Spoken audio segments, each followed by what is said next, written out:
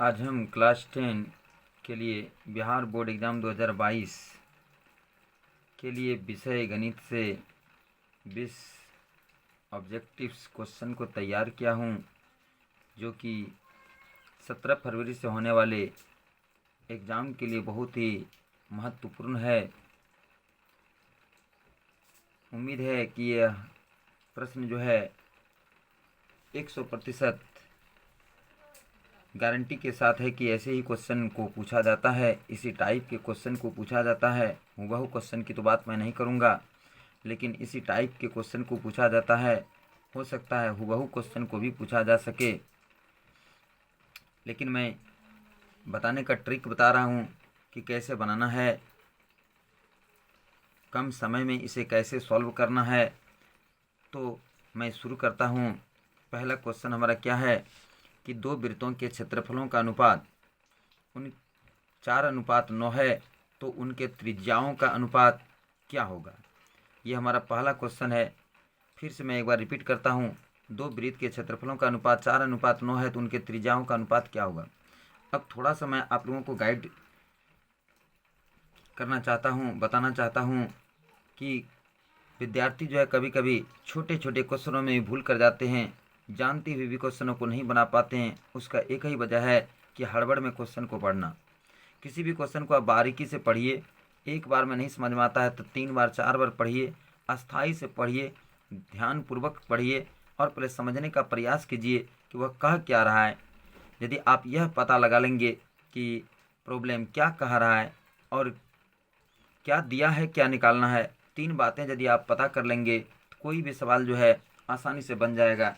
यदि आप पहले से बनाए हैं, उसका नियम जान रहे हैं, तो आसानी से बना सकते हैं।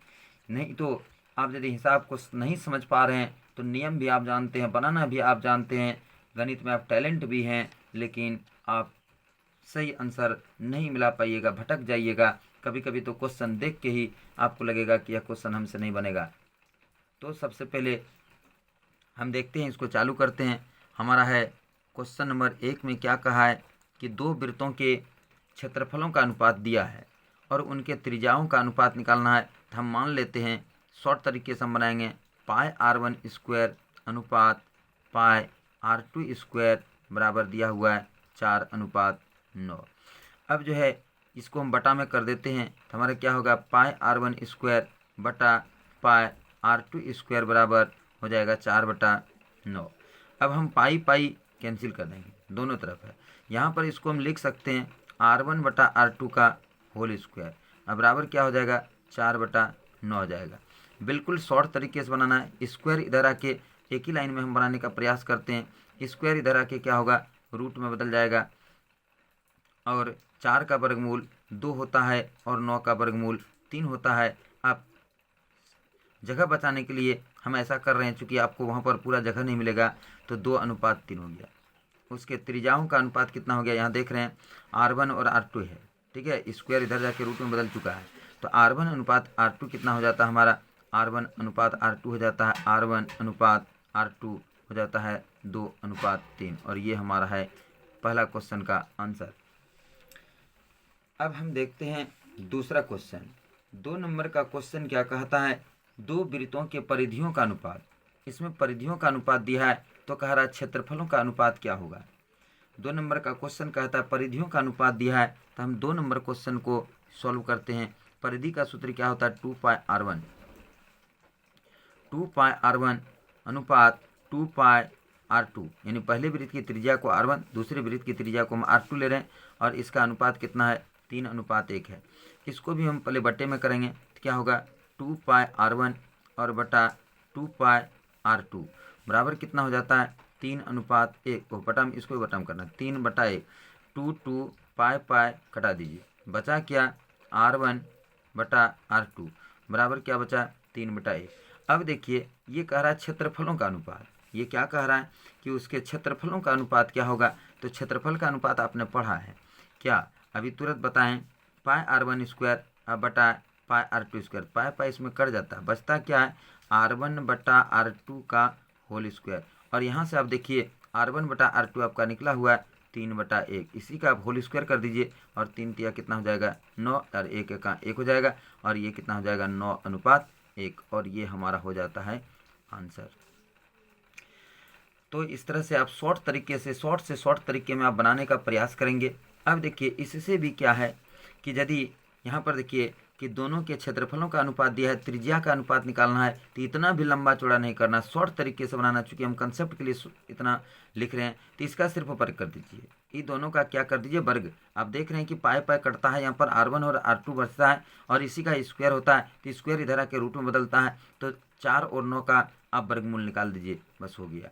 इसमें भी उसी तरह से आप दिमाग लगाइए कि दोनों का परिधि का अनुपात दिया है, तो R1 और R2 का अनुपात यही होगा, टू पाई कटेगा, तो R1 और R2 का अनुपात इतना होगा। और फिर जब क्षेत्रफल निकालते हैं तो पाई कटने के बाद क्या बचता है, R1 और R2 का ही स्क्वायर बचता है, तो सीधे सीधे दोनों का स्क्वायर कर दीजिए, सीधे सीधे इसका स्क्वायर कर दीजिए और आंसर आपका मिल जाएगा। तो इस तरह से 2 नंबर का भी क्वेश्चन हो जाता है।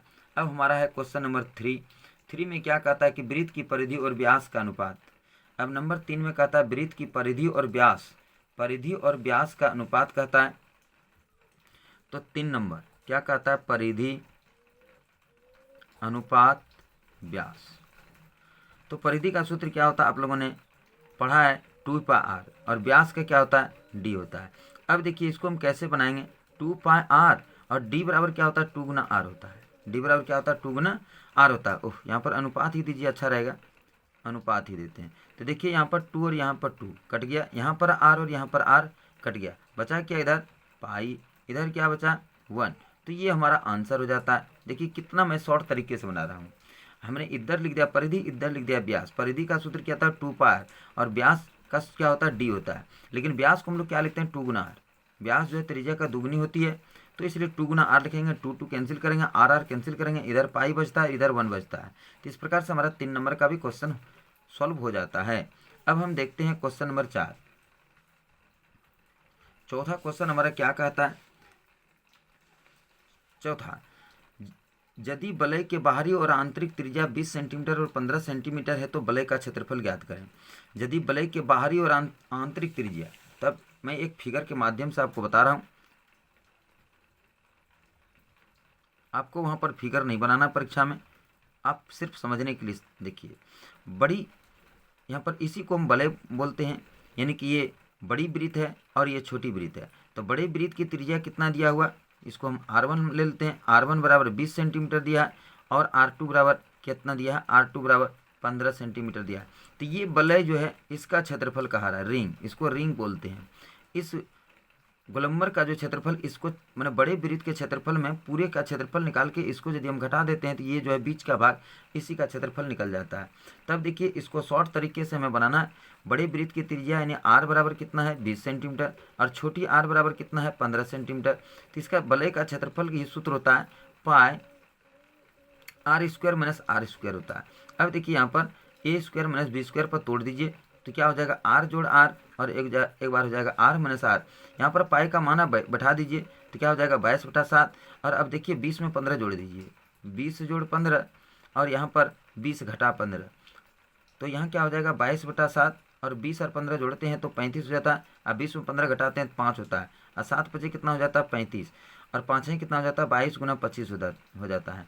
अब 22 और 25 को आप गुना कीजिए, 25 दूनी 50, हाथ में बचा 5, 25 दूनी 50 और 5 55 सेंटीमीटर स्क्वायर। चलिए तो ये हमारा है आंसर।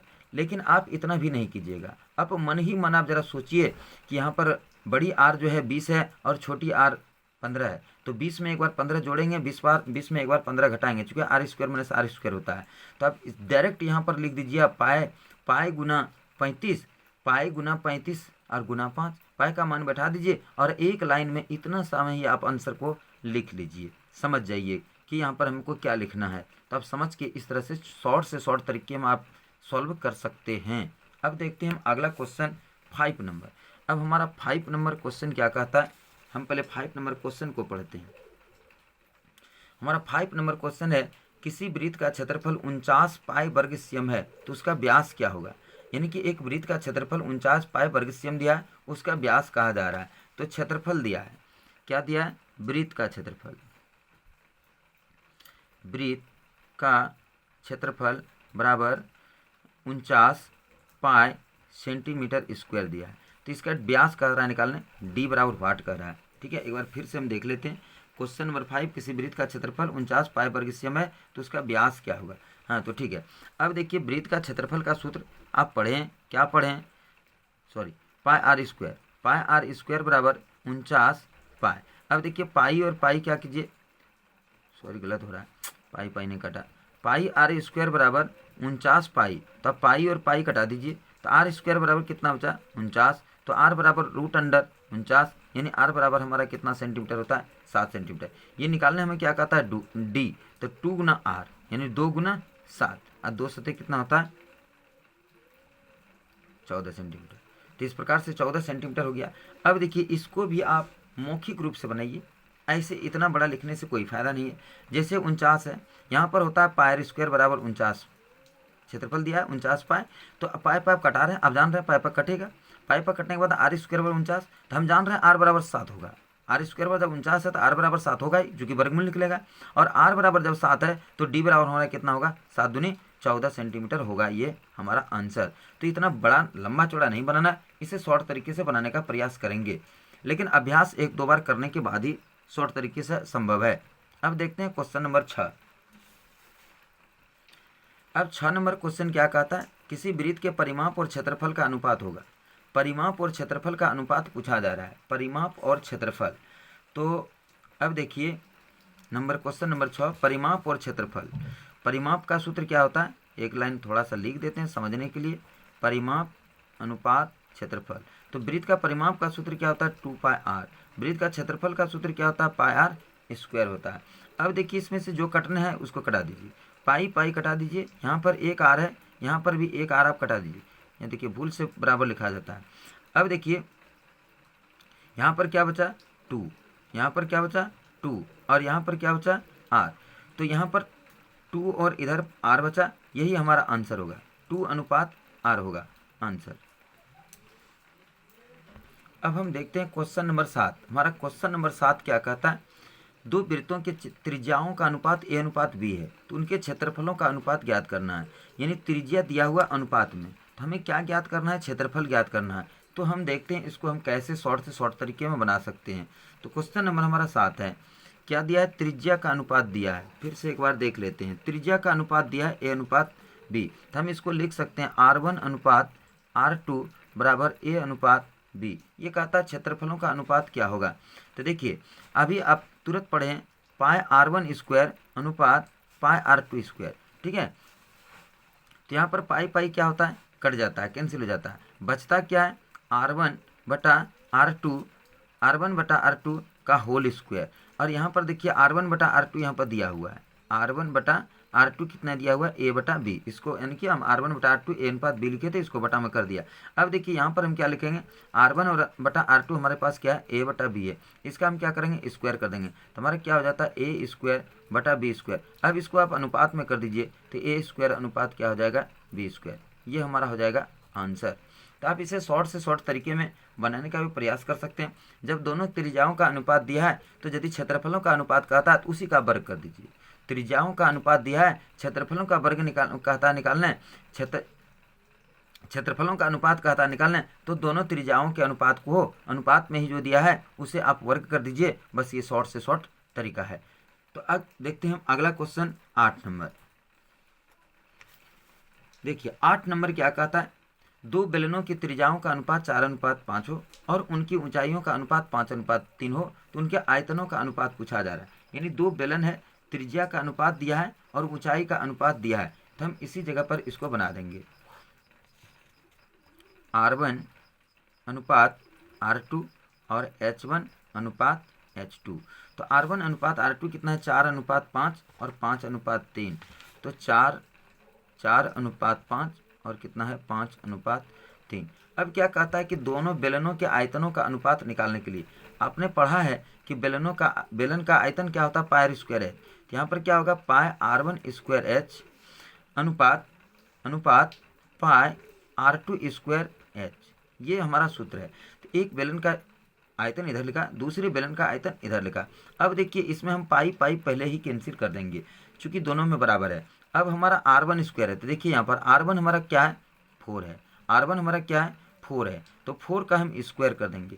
एच वन हमारा क्या है, ये है 5 है, तो इसको हम गुना में लिख देंगे, अनुपात। अब हमारा आर टू क्या है, तो देखिए इधर आर टू हमारा क्या 5 है, तो यहाँ पर हम क्या करेंगे 5 का स्क्वायर कर देंगे, और एच टू हमारा कितना है 3 है, तो इसका यहाँ पर गुना कर देंगे। तो ये 4 चौक 16 पंचे कितना होता है हमारा 80, 5 25 दिया हमारा कितना होता है 75, 15 से भाग लगा देंगे, 5 से 15 नहीं 5 से भाग लगेगा, तो 5 से भाग लगेगा, 5 से भाग लग जाएगा, ये 16 और ये हो जाएगा 15, यानी हमारा क्वेश्चन का आंसर क्या होगा 16:15 होगा, और ये क्वेश्चन का आंसर जो है हमारा राइट है, बिल्कुल राइट है। अब हमारा अगला क्वेश्चन है 9 नंबर। 9 नंबर क्वेश्चन हमारा क्या कहता है, यदि किसी सम्मेलन की त्रिज्या को आधी और ऊंचाई को दुगुनी कर दी जाए।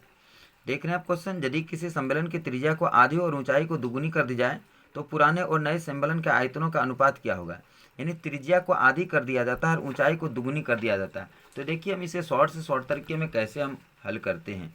तो देखिए R1 ये R है, ठीक है, और अब जो है दूसरा R जो बनता है वो R2 हो जाता है, और ये H है, तो अब दूसरा H जो बनता है उसको 2H बना देता है। बात समझ पा रहे हैं।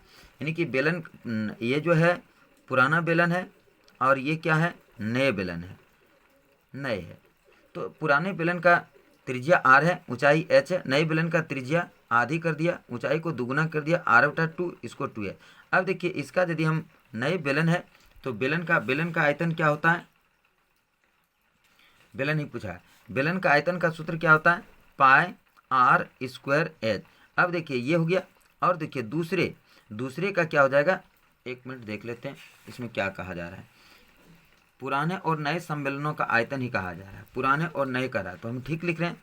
यहाँ पर पुराने सम्मेलन का आयतन है और इधर नए का होगा, तो यहाँ पर भी क्या होगा पाई R² H होगा, लेकिन R ही लिखते हैं, तो इधर हो जाएगा पाई R² H, और इधर क्या हो जाएगा पाई R के जगह पर हमारा क्या हो जाता है त्रिज्या आधी हो जाता है इसका स्क्वायर, और H के जगह पर क्या हो जाता है 2H। तो अब देखिए इसको हल कीजिए, तो क्या होगा पाई R² H, और इसको पाई R² बटा 4 गुना 2H, ये 2 दूनी 4 कट जाता है। अब देखिए इधर पाई R² H, अब पाई R² H, तो इधर क्या बचा 1, इधर क्या बचा 1/2। अब इसको सरल कीजिए, तो सरल करने का क्या तरीका है, इधर भी 2 से आप गुना कर दीजिए, इधर भी 2 से आप गुना कर दीजिए, ये दोनों कट गया, इधर क्या बचा 2:1, यानी कि क्या हो जाएगा 2:1 हो जाएगा। यानी जो नया बेलन जो बनेगा उसका आयतन जो है पुराने बेलन से आधा हो जाएगा, जैसे ये 2 है तो ये आधा हो जाएगा, इससे ये दुगुना रहेगा, ठीक है। तो ये था हमारा क्वेश्चन का आंसर। अब हम देखते हैं अगला क्वेश्चन 10 नंबर। तो 10 नंबर हमारा क्वेश्चन क्या कहता है, 10 नंबर क्वेश्चन कहता है 6 सेंटीमीटर भुजा वाले घन से 2 सेंटीमीटर भुजा वाले कितने घन बनाए जा सकते हैं। 6 सेंटीमीटर भुजा वाले घन में से 2 सेंटीमीटर भुजा वाले कितने घन बनाए जा सकते हैं। तो ये तो बिल्कुल आसान है, क्वेश्चन नंबर 10 है। अब देखिए 6 सेंटीमीटर यानी कि एक जो है घन है उसकी भुजा 6 सेंटीमीटर है, यहाँ पर बड़े लिख देते हैं, बड़े घन की भुजा। परीक्षा में इतना नहीं लिखना, परीक्षा में एकदम शॉर्ट तरीके में लिखना है। 6 सेंटीमीटर है, बड़े घन की भुजा कितना है 6 सेंटीमीटर है, और इससे जो नया घन बनता है, छोटा घन जो बनता है, नए घन की भुजा कितना सेंटीमीटर है 2 सेंटीमीटर है, नए घन की भुजा 2 सेंटीमीटर। तो आपको इतना लंबा चौड़ा नहीं लिखना है, क्या करना है बड़े घन का आयतन और नए घन का आयतन, यानी जो जिस घन से हम छोटा घन या नया घन बनाएंगे तो दोनों के आयतनों में भाग दे दीजिए। तो घन का आयतन बराबर सूत्र क्या होता है भुजा क्यू, क्या होता है भुजा क्यू। तो यानी कि इसको कर दीजिए 6 गुना 6 गुना 6, और नीचे वाले का भी आयतन हो जाएगा भुजा क्यू, इसका भी आयतन तो भुजा क्यू ही होगा, तो इसका भी कर दीजिए 2 गुना 2 गुना 2, 2 तिया 6 कटा दीजिए, 2 तिया 6 कटा दीजिए, और 2 तिया 6 3 तिया 9 तिया कितने घन बनेंगे 27 नए घन बनेंगे। अब इतना बड़ा लंबा चौड़ा आपको नहीं करना है, सिर्फ आप 6 गुना 6 गुना 6 और 2 गुना 2 गुना 2 बटा में लिख दीजिए और कटा दीजिए, कटाने के बाद जो बनता है वही आपका आंसर हो जाता है। तो इस तरह से आप शॉर्ट से शॉर्ट तरीके में बनाएंगे तो बहुत कम समय में आपका सारे सॉल्व हो जाएगा हिसाब, आपके पास समय भी बच जाएगा। क्वेश्चन नंबर 11 नंबर क्वेश्चन क्या कहता है, एक मीनार के शीर्ष का उन्नयन कोण उसके पास से 15 मीटर दूरी पर 60 डिग्री है, ठीक है, 15 मीटर की दूरी पर कितना है, 60 डिग्री पर है। तो कहता है कि मीनार की ऊंचाई क्या है।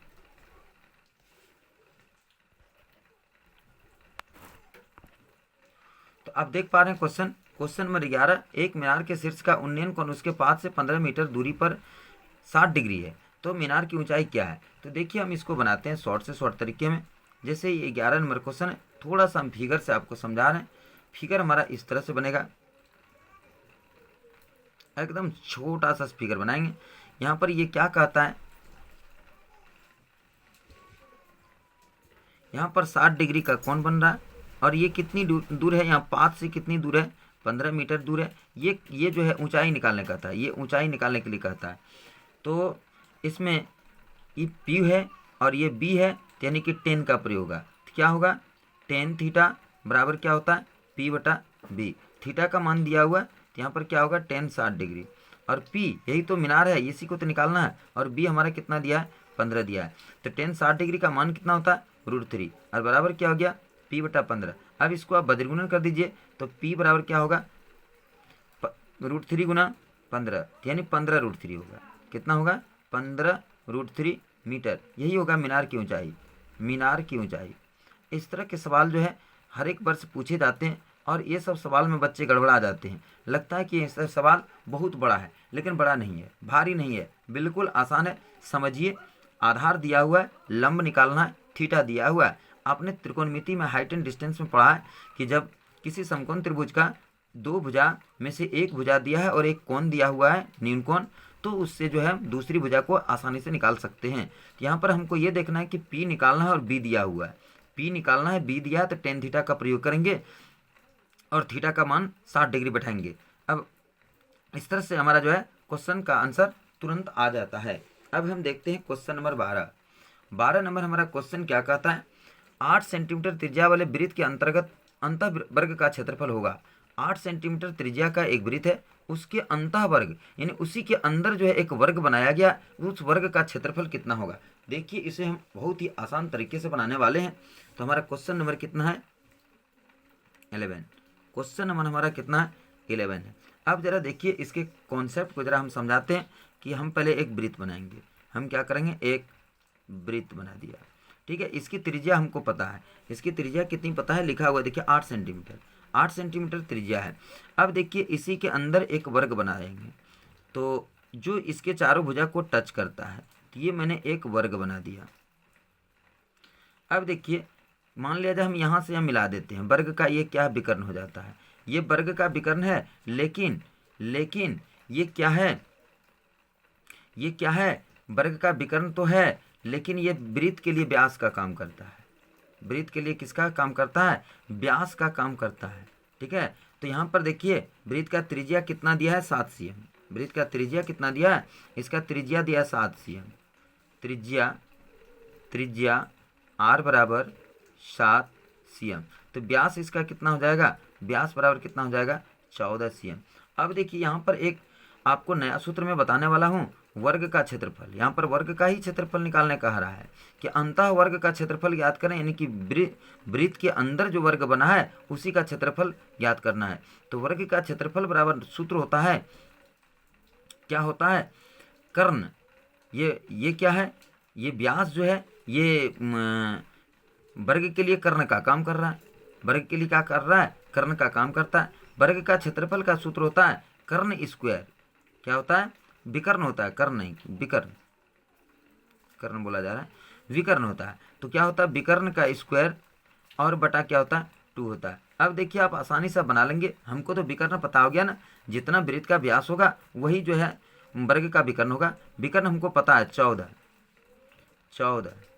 का क्या होगा, स्क्वायर बटा 2। तो आप इसको क्या लिख सकते हैं, 14 गुना 14 और बटा 2, कटा दीजिए, 2 सत्ते 14।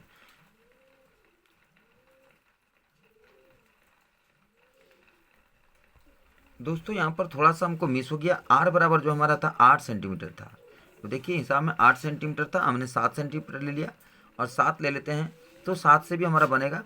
क्योंकि हमारा यहाँ जो था 8 था, हमने 8 आपको दिखाया और यहाँ पर हमने 7 बना दिया, तो ये हमसे भूल हुई। तो यहाँ पर आप 8 कर देते हैं, तो ये 8 दूनी कितना हो जाता है, 16 हो जाता है। और फिर इसको मैं फ्रेश करके बना रहा हूँ, फ्रेश कर देता हूँ। यानी क्या हो जाएगा, 16 का स्क्वायर होगा और बटा 2 होगा, सूत्र तो वही रहेगा विकर्ण स्क्वायर। तो क्या हो जाएगा 16 गुना 16 और बटा 2, तो ये कट जाएगा 2 अठे 16 और 16 अठे कितना होता है 28 से 128 सेंटीमीटर हो गया हमारा आंसर। तो ये था हमारा शॉर्ट से शॉर्ट ट्रिक, ठीक है। लेकिन आपको ये जानना होगा, आपने वर्ग का क्षेत्रफल बराबर भुजा स्क्वायर पढ़ा होगा। यदि इस सूत्र को आप नहीं पढ़े तो इस सूत्र को याद रखिएगा, वर्ग का क्षेत्रफल बराबर होता है विकर्ण स्क्वायर बटा 2। यहाँ पर चूंकि हमें भुजा तो पता नहीं है और ना तो हम भुजा आसानी से निकाल पाएंगे, इसमें विकर्ण हमको पता है। तो जब विकर्ण हमको पता रहता है तो भी हम वर्ग का क्षेत्रफल ज्ञात कर लेते हैं। तो ये था हमारा क्वेश्चन नंबर 12। अब देखिए क्वेश्चन नंबर 13, इसमें क्या कहता है, एक वृत्त की परिधि 2 पाई से बढ़कर 4 पाई कर दी जाए तो क्षेत्रफल होगा। यानी एक वृत्त है, उसकी परिधि 2 पाई है, उससे बढ़ाकर उसको 4 पाई कर दिया जाता है तो उसका क्षेत्रफल कितना गुना बढ़ जाता है। ये क्वेश्चन हमसे पूछा गया है। तब हम क्वेश्चन नंबर देखते हैं। ये हमारा क्वेश्चन था, ये हमारा क्वेश्चन था 12 नंबर, पहले का क्वेश्चन था ये 8 सेंटीमीटर त्रिज्या वाला जो था वो 12 था। अब हमारा क्वेश्चन नंबर यह है 13, एक वृत्त की परिधि 2 पाई से बढ़ाकर 4 पाई कर दिया जाता है। तो हम देखते हैं क्वेश्चन नंबर 13, यानी 2 पाई था परिधि, अब कितना कर दिया 4 पाई कर दिया। तो पहले हम क्या करेंगे, इसके त्रिज्या को पता करेंगे, जिसमें इसका परिधि था 2 पाई। अब जरा बात को समझिएगा, जिसमें इस वृत्त का परिधि 2 पाई था, अब इसका परिधि कितना हो जाता है 4 पाई हो जाता है। तो अब यहाँ देखिए परिधि के सूत्र पर हम इसको बैठाते हैं। परिधि बराबर सूत्र क्या होता है, 2 पाई आर बराबर 2 पाई, 2 पाई आर बराबर 2 पाई। तो हमारा पाई पाई 2 2 कैंसिल हो गया, तो हमारा क्या बचा, आर बराबर 1 बचा। यहाँ पर अब चलिए, यहाँ से अब देखिए यहाँ पर क्या हो जाएगा, 2 पाई आर बराबर 4 पाई, 2 2 दूनी 4, पाई पाई कैंसिल, यानी आर बराबर यहाँ पर क्या हो गया 2 हो गया, ठीक है। तो अब ये क्या पूछा है, फिर से आप देख लीजिए, क्षेत्रफल कितना गुना बढ़ जाएगा। तब इसका आप क्षेत्रफल निकाल लीजिए। जब आर बराबर 1 है तो क्या होगा पाई आर स्क्वायर, ठीक है। तो यानी कि पाई 1 का स्क्वायर, और यहाँ पर आप निकाल लीजिए क्या होगा पाई आर स्क्वायर। तो यहाँ पर क्या हो जाएगा पाई, और आर के जगह पर कितना हो जाएगा 2 का स्क्वायर, तो कितना हो जाएगा 4 पाई हो जाएगा। और यहाँ पर पाई सी एम की स्क्वायर हो गया, और यहाँ पर हो गया 4 पाई सी एम क्यू। अब देखिए इसमें से पाई पाई फिर कैंसिल कर दीजिए, तो देखिए यहाँ पर 1 बचा और यहाँ पर 4 बचा। तो यानी इससे ये कितना गुना बढ़ जाता है, तो 4 गुना बढ़ जाता है। कितना गुना बढ़ जाता है, 4 गुना बढ़ जाता है। तो ये था हमारा शॉर्ट से शॉर्ट ट्रिक। इस तरह के हिसाब को देखकर बच्चे जो है घबरा जाते हैं, घबराने की कोई आवश्यकता नहीं है। वृत्त की परिधि 2 पाई दिया तो इससे त्रिज्या निकालेंगे। यहाँ पर जो है इसकी परिधि जो है अब 4 पाई हो जाता है, यानी वृत्त बड़ा हो जाता है, तो उस समय उसका त्रिज्या कितना था, तो हमने निकाल लिया आर बराबर 2 है।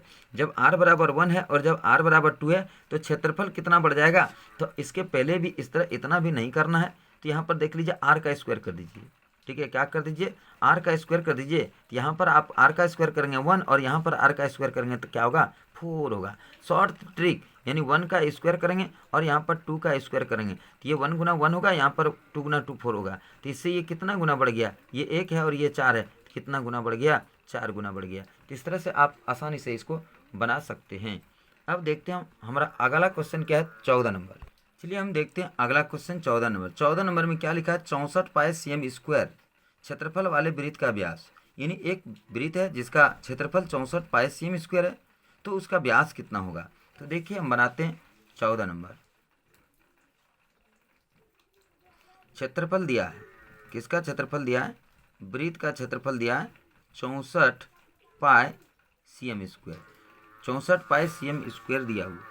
तो वृत्त का क्षेत्रफल का सूत्र क्या होता है, पाई आर स्क्वायर बराबर 64 पाई, पाई पाई अब कैंसिल, पाई पाई कैंसिल, उल्टा लिखा गया, पाई आर स्क्वायर बराबर 64 पाई, पाई पाई अब कैंसिल कर दीजिए, आर स्क्वायर बराबर 64, तो आर बराबर कितना होगा √64, यानी आर बराबर कितना होगा 8। और ये निकालने क्या कह रहा था, व्यास, यानी डी निकालने कहता था 2 गुना डी, यानी 2 गुना 8 बराबर 16 सेंटीमीटर। तो आप इतना भी नहीं करेंगे, इतना मैंने समझाने के लिए सिर्फ कर दिया। वृत्त का क्षेत्रफल 64 दिया है, ठीक है। तो वृत्त का क्षेत्रफल बराबर, तो आप जानते हैं पाई स्क्वायर था, पाई पाई कट जाएगा, आर स्क्वायर बराबर 64, तो आर बराबर 8 हो जाएगा। ऐसे आप देख के बना देंगे, आर बराबर 8 हो जाएगा, तो डी बराबर कितना हो जाएगा, 8 दूनी 16 सेंटीमीटर हो जाएगा। अब देखते हैं क्वेश्चन नंबर 15। 15 नंबर क्वेश्चन में क्या कहता है, दो समरूप त्रिभुज के क्षेत्रफलों का अनुपात 25:64 है, तो उसके संगत भुजाओं का अनुपात क्या होता है। हम लोगों ने पढ़ा है समरूप त्रिभुज के क्षेत्रफलों का अनुपात, हम शॉर्ट में लिखते हैं क्षेत्रफल बटा क्षेत्रफल, और यहाँ पर क्या होता है भुजा स्क्वायर ले लेते हैं हम, ए बी बटा डी ई का होल स्क्वायर ले लेते हैं। ये हमने सूत्र पढ़ा है कि दो समरूप त्रिभुज के क्षेत्रफलों का अनुपात उसके संगत भुजाओं के वर्गों के अनुपात के बराबर होता है। ये हमें पता है। क्षेत्रफलों का अनुपात दिया हुआ है, कितना दिया हुआ है 25:64, तो हम इसको लिख देंगे 25/64, और यहाँ पर क्या हो जाएगा ए बी बटा डी ई का होल स्क्वायर, ये स्क्वायर इधर आकर रूटों में बदल जाएगा, यानी 25/64 हो जाएगा, और वर्गमूल इसका जो है 5/8 हो जाएगा, यानी ये क्या हो जाएगा ए बी बटा डी। तो इसको आप इतना लंबा चौड़ा करके नहीं बनाइएगा, सिर्फ समझना है। तो कैसे आप बनाएंगे, जैसे मान लिया जाए क्षेत्रफल का अनुपात दिया है, तो उसी का आप रूट अंडर कर दीजिए, ठीक है। रूट अंडर 25/64 कर दीजिए, और शॉर्ट तरीका से बना लीजिए 5/8, 5/8। तो इसका आंसर क्या हो जाएगा, 5:8 हो जाएगा। अब देखते हैं क्वेश्चन नंबर हम 16 नंबर क्वेश्चन क्या कहता है कि tan 10 degree, tan 15 degree, tan 75 degree, tan 80 degree बराबर कितना होगा। ये बहुत ही इंपॉर्टेंट क्वेश्चन है। अब देखिए यहाँ पर सेटिंग है, आप ज़रा ध्यान से देखिए, 10 डिग्री और tan 80 डिग्री ये दोनों में सेटिंग है, फिर tan 15 डिग्री और tan 75 डिग्री में भी सेटिंग है। आप किसी एक को 90 - थीटा पर बदल दीजिए, तो tan, इसको हम बदलना चाहते हैं तो इसको हम क्या लिखेंगे, tan 90 - 80, ठीक है। इसको ज्यों का आप त्यों छोड़ दीजिए, ठीक है। इसको tan 80 रहने दीजिए, इसको आप चेंज कर दीजिए tan 90 - 75, 90 - 15, देखिए 15 डिग्री है तो 90 - 75 ही लिखाएगा, और इसको फिर ज्यों का आप त्यों छोड़ दीजिए tan 75 डिग्री, ठीक है। अब जरा देखिए कि 90 में 80 घटा रहे हैं 10, इसको ज्यों का त्यों मैंने छोड़ा, 15 को मैंने 90 में 75 घटाया, 90 में 75 घटाया 15, इसको ज्यों का त्यों छोड़ दिया। अब आपको पता है tan 90 - थीटा, tan 90 - थीटा बराबर क्या होता है cot थीटा, यानी क्या हो जाएगा ये cot 80 गुना यहाँ पर क्या है tan 80, cot 80 गुना tan 80, यहाँ पर फिर क्या हो जाएगा cot 75 गुना क्या हो जाएगा tan 75। अब देखिए cot थीटा बराबर आपने सूत्र पढ़ा 1/tan 80, 1/tan 80, और यहाँ पर भी है tan 80, cot 75 1/tan 75, 1/tan 75 गुना यहाँ पर भी है क्या tan 75 डिग्री। ये दोनों कैंसिल, ये दोनों कैंसिल हो जाएगा, और बचेगा हमारा क्या 1। तो अक्सर ऐसे हिसाब में आपको इतना लंबा चौड़ा नहीं बनाना, आपको सिर्फ ये देख लेना कि ये सेटिंग है कि नहीं। अवश्य सेटिंग रहता है, बिना सेटिंग का कोई हिसाब दिया नहीं जाता है। यहाँ 10 डिग्री है, यहाँ पर 80 डिग्री है, दोनों जोड़ दीजिए 90, यहाँ पर 15 है, यहाँ 75 है, दोनों जोड़ दीजिए 90, तो समझ जाइए। लेकिन ये 10 में ही सेटिंग है, दूसरे में सेटिंग नहीं होता है। तो यहाँ पर आप देख लीजिए सेटिंग है, यानी इसका आंसर जो है हमेशा 1 होता है, आप इसे याद रखिए। अब देखते हैं अगला क्वेश्चन 17 नंबर। 17 नंबर में क्या दिया है, यदि 0 degree less than theta less than 90 degree तथा साइन थीटा, तो साइन थीटा यहाँ पर 0 degree less than theta less than 90 तथा साइन थीटा बराबर है, तो कॉस थीटा का मान निकालना है। तो हम लोगों ने सूत्र पढ़ा है, क्या पढ़ा है सूत्र, चलिए आगे देखते हैं। 17 क्या दिया है, साइन थीटा बराबर वाई दिया, और कह रहा है क्या कॉस थीटा का मान निकालना है। तो हम लोगों ने कॉस थीटा बराबर सूत्र पढ़ा है √1 - साइन स्क्वायर थीटा।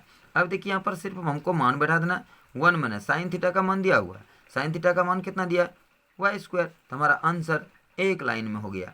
अब इसको भी आप बिना हल किए कुछ भी किए, यानी कि कलम बिना उठाए भी आप बना सकते हैं। तो कैसे, तो साइन थीटा बराबर है, कॉस थीटा बराबर सूत्र हम लोगों ने पढ़ा है √1 - sine square theta, 1 - Y square हो जाएगा रूट अंडर में, ये हमारा आंसर हो जाएगा। अब हम देखते हैं क्वेश्चन नंबर 18। क्वेश्चन नंबर 18 क्या कहता है, एक खंभे की ऊंचाई इसकी छाया से √3 गुना हो जाता है। चलिए इसको भी समझते हैं। एक खंभा है, ये इसकी छाया है, ठीक है। तो एक खंभा है, ये इसकी छाया है, तो ये मान लिया जाए ये x है। तो ये क्या कहता है कि छाया जो है, ऊंचाई जो है छाया से √3 गुनी हो जाती है, छाया से। तो छाया जब x है, छाया जब x है तो ऊंचाई कितना हो जाएगा, √3x हो जाएगा। ठीक है, इसका ये उन्नयन कोण पूछा गया है। क्या पूछा गया, उन्नयन कोण पूछा गया। तब जरा आप देखिए कि ये P है और ये B है, यहाँ पर कोई भी थीटा है, ठीक है, थीटा होगा, कोई भी थीटा होगा, लेकिन यहाँ पर टेन का प्रयोग करेंगे। क्यों, यहाँ P और B हमको पता है, P और B पता है, तो टेन का प्रयोग करेंगे। तो हम क्या लिख देंगे, टेन थीटा। तब कौन सा थीटा होगा, वही बात हमको पता है। टेन थीटा बराबर क्या सूत्र होता है, P/B। अब देखिए P बराबर हमको पता है √3x और बटा क्या हो जाएगा, x क्या हो जाएगा, कैंसिल हो जाएगा, तो हमारा बचेगा क्या, √3। अब देखिए हमको ये पता करना है कि √3 जो है टेन में कहाँ से आता है, तो यहाँ पर टेन 60 डिग्री हो जाएगा। क्या होगा, टेन 60 डिग्री होगा, टेन टेन कट जाएगा, थीटा बराबर हमारा क्या होगा, आंसर 60 डिग्री होगा। अब हम देखते हैं क्वेश्चन नंबर 19। एक वृत्त की त्रिज्या 7 सेंटीमीटर है, तो अर्धवृत्त का त्रिज्या निकालने कहता है। एक वृत्त की त्रिज्या 7 सेंटीमीटर है, तो अर्धवृत्त की परिमिति निकालने के लिए कहता है।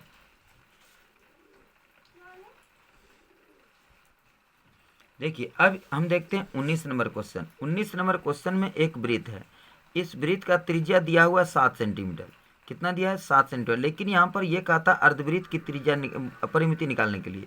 तो ये हमारा अर्धवृत्त है, तो r बराबर कितना दिया हुआ, 7 सेंटीमीटर। अर्धवृत्त की परिधि का सूत्र हम लोगों ने पढ़ा πr, यानी 22/7 × 7, ये कट गया 22 सेंटीमीटर। लेकिन नहीं, ये 22 सेंटीमीटर तो यहाँ से यहाँ हुआ, ये 22 सेंटीमीटर तो यहाँ से यहाँ हुआ, लेकिन फिर ये तो बाकी है, इसे भी जोड़ना है। तब देखिए इसका परिधि कितना हो जाएगा, परिधि बराबर क्या होता है, तब इसका πr जोड़ d होता है, πr जोड़ d होता है। तो πr हमारा कितना निकला, 22, और ये कितना है यहाँ से यहाँ 7, r जब 7 है तो हमारा d कितना होगा, 14, यानी इसमें हम क्या करेंगे, 14 जोड़ देंगे, 4 2 6, 2 1 3, तो हमारा सही आंसर क्या होगा, 36 सेंटीमीटर होगा। अब देखते हैं अगला क्वेश्चन 20 नंबर। 20 नंबर क्वेश्चन हमारा क्या कहता है, विभाजन एल्गोरिथम a बराबर BQ जोड़ r, b बराबर 4, q बराबर 5, r बराबर 1, तो a का मान हमको ज्ञात करने के लिए कहता है। तो विभाजन एल्गोरिथम, ये क्वेश्चन था हमारा 19 नंबर। विभाजन एल्गोरिथम a बराबर BQ जोड़ r, b बराबर दिया हुआ है 4, q बराबर 5 और r बराबर 1, 4 पंचे 20 1, तो इस तरह से a बराबर BQ जोड़ r पर हम बैठा देते हैं। तो हमको ये सबसे आसान क्वेश्चन a निकालने के लिए कहता था, लेकिन कुछ विद्यार्थी इसे देख के भी डर जाते हैं कि कितना बड़ा हिसाब है, लेकिन कोई हिसाब बड़ा नहीं है। a बराबर BQ जोड़ r सूत्र होता है, ये लिखा है, b बराबर दिया है, q बराबर दिया है, r बराबर दिया है, सारे का मान बैठा देंगे तो a बराबर हमारा कितना आ जाता है, 21 आ जाता है, और ये हमारा आंसर है। तो इस प्रकार से हम 20 में 20 क्वेश्चन को बहुत कम ही समय में और ट्रिक के माध्यम से बता दिए। आप तो इससे कम भी समय में बना लेंगे। तो बस आज इतना ही। आशा और उम्मीद करता हूँ कि आप लोग इन सभी प्रश्नों को सॉल्व करके, और ये 20 नहीं, इसके जैसा आप 100 क्वेश्चन को भी हल कर सकते हैं। इस टाइप के सारे क्वेश्चन को आप हल कर सकते हैं, और प्रत्येक वर्ष में इस टाइप के क्वेश्चन पूछे जाते हैं। तो बस आज इतना ही, फिर मिलते हैं अगली वीडियो के साथ अगले दिन। जय हिंद, जय भारत।